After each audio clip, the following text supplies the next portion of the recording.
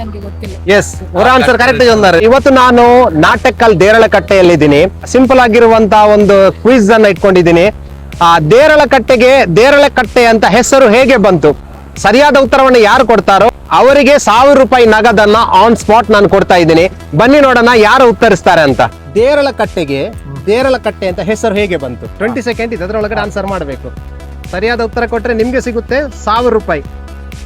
So ಈಗ ನಿಮ್ಗೆ ನೋಡಿ ಟೈಮ್ ಔಟ್ ಆಯ್ತು, ಅವ್ರು ಆನ್ಸರ್ ಮಾಡಿಲ್ಲ. ಸರ್ ಈಗ ಟೈಮ್ ರನ್ನಿಂಗ್ ಆಗ್ತಾ ಇದೆ, 15 ಸೆಕೆಂಡ್ ಇದೆ, ಅದರೊಳಗಡೆ ನೀವು ಆನ್ಸರ್ ಮಾಡಬೇಕು. ದೇರಳಕಟ್ಟೆ ಹೆಸರಿತ್ತು, ದೇರಳಕಟ್ಟೆ ಬಂತು. ಸರ್ ಇನ್ನೊಂದು 5 ಸೆಕೆಂಡ್ ಉಳ್ಕೊಂಡಿದೆ, ಅದರೊಳಗಡೆ ಆನ್ಸರ್ ನೋಡಿ. 1000 ರೂಪೀಸ್ ಗೆಲ್ಲುವಂತ ಅವಕಾಶ ಇದೆ. ದೇರಳಕಟ್ಟೆ ಅಂತ ಬಂತು. ಅಲ್ಲ ಹೇಗೆ ಬಂತು ಅದಕ್ಕೆ?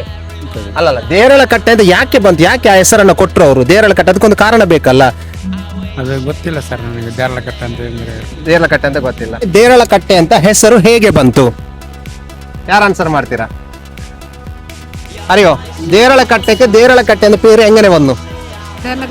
ದೇರಳಕಟ್ಟೆ ಅಂತ ಪೇರು ಹೆಂಗನೆ ಬಂದು? ಅರಿಯಿಲ್ಲ, ಅವ್ರಿಗೂ ಕೂಡ ಗೊತ್ತಿಲ್ಲ ಅಂತೆ. ಸೊ ಥಿಂಕ್ ಮಾಡಿ, ಇನ್ನೂ ಕೂಡ ನಿಮ್ಗೊಂದು 10 ಸೆಕೆಂಡ್ ಟೈಮ್ ಇದೆ. ದೇರಳಕಟ್ಟೆಗೆ ದೇವರ ಕಟ್ಟೆ ಅಂತ ಇತ್ತು. ಎಲ್ಲಿ ಗೊತ್ತುಂಟು ನಿಮ್ಮ ಆನೆಕಟ್ಟೆ ಅವರ ಎದುರಲ್ಲಿ. ಓಕೆ, ಅದು ದೇರಳಕಟ್ಟೆ ಅಂತ. ದೇವರ ಕಟ್ಟೆ ಅಂತ ಇತ್ತು, ಆ ನಂತರ ಅದು ದೇರಳಕಟ್ಟೆ ಅಂತ ಆಯ್ತಾ? ಸರಿಯಾದ ಉತ್ತರನಾ? ಹೇಗೆ ಅಂದಕ್ಕೆ ಸರಿಯಾದ ಉತ್ತರ ಅಲ್ಲ, ಗೊತ್ತಿಲ್ಲ. ಸರಿ ಅಂತ ಹೇಳ್ತಾರೆ. എനിക്ക് വലിയ അറിയില്ല.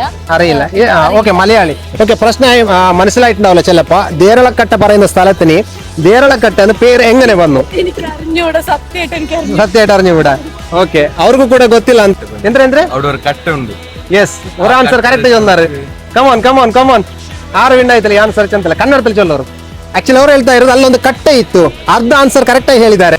ಇದು ಮೆನುವಲ್ ಮೆನ್ ಇದುಂಟಲ್ಲ ಕೀಲೋ ಓಕೆ, ಕಟ್ಟೆ ಅದರ പേരുണ്ട്. ಅದು ದೇರಳಕಟ್ಟೆ അങ്ങനെ ಬಂದಿಲ್ಲ. ಯಾವ ಕಟ್ಟೆ ಅದು? ಯಾವ ಕಟ್ಟೆ? ದೇರಳ ಅಂದ್ರೆ ಯಾಕೆ? ಓಕೆ, ಕಟ್ಟೆ ಕರೆಕ್ಟ್ ಇದೆ. ದೇರಳ ಅಂದ್ರೆ ಏನು? ನೋಡಿ, ಅವ್ರು ಕರೆಕ್ಟ್ ಆಗಿ ಆಲ್ಮೋಸ್ಟ್ 50% ಆನ್ಸರ್ ಮಾಡಿದಾರೆ. ಅಲ್ಲೊಂದು ಕಟ್ಟೆ ಇತ್ತು, ಅದು ಅರ್ಧ ಆನ್ಸರ್ ಗೊತ್ತಿಲ್ಲ. ಬಟ್ ಇದೇ ಕ್ವಶನ್ ಸರಿ ಅಂತ ನಾವು ಆಡಿಯನ್ಸ್ ಗೆ ನಾವು ಕೇಳ್ತೀವಿ. ಅವ್ರು ನಿಮ್ಗೆ ವೋಟ್ ಮಾಡಿದ್ರೆ ಖಂಡಿತ ಡೆಫಿನೆಟ್ಲಿ ನಿಮ್ಗೆ 1000 ರೂಪಾಯಿ ಸಿಗುತ್ತೆ. ಇಲ್ಲಿವರೆಗೂ ಯಾರು ಕೂಡ ಸರಿಯಾದ ಒಂದು ಉತ್ತರವನ್ನ ಕೊಟ್ಟಿಲ್ಲ.